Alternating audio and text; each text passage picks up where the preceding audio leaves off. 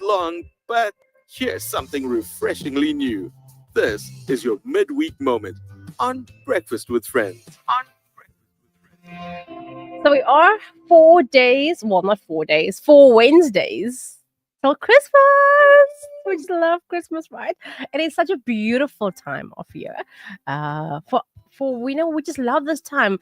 For unto us a child is born, a son is given, and I mean the amazing greatest love story ever told, that God so loved us all that He sent His one and only Son to be born in a manger, sacrifice His life, and then to save us all. It is truly the greatest love story ever told.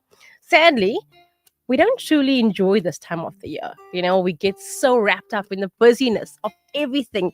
It's year end, and at work, it's crazy because you want to get through all the final things before the year ends.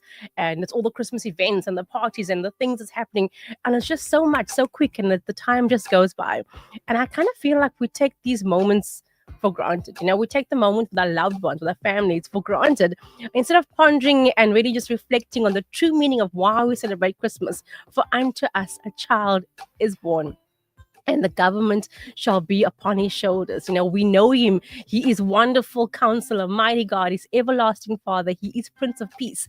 And that is our Father. That is who we have. Sadly, we really just get wrapped up in the business that we forget why, or we don't allow ourselves to cherish the moments as to why we celebrate Christmas. I remember the last Christmas before my dad passed away. It was quite kind of like, it was insane because on Christmas Eve, we were out with my dad.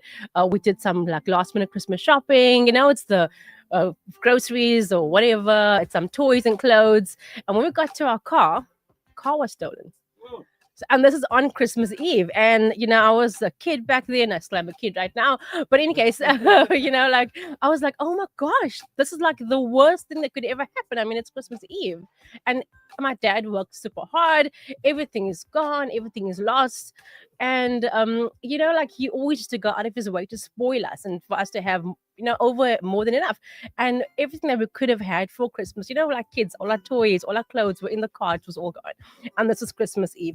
I remember the disappointment in my dad, because not just more of him losing the stuff, but more of seeing the hurt in our faces. We were sad, we were disappointed, we were hurt because we lost all these things. I know they were just things, but I mean it meant a lot, like as a child. And I remember what my dad did when we finally got home. We had an older car. He got in the car and then he went through to the shop to try and buy some of the things so we can still have a decent Christmas, so we can still have the memories of what we would have had. And I'm like, looking back now, I'm sure it must have cost a lot, because I mean it's a lot of preparation, right? But yet he sacrificed, and he did it because he wanted his family to still have that memory, to still enjoy. And he still took us to church. He still made sure that we celebrated Christmas. We were reminded that the situation may not have been bad, because I mean it really was terrible, but yet my dad encouraged us to, even in the sad time, or in that time of not knowing, we were encouraged to know that Christ was born for you and I. And then even in the times where nothing felt good, and when it felt like, why would this happen to us on Christmas Eve?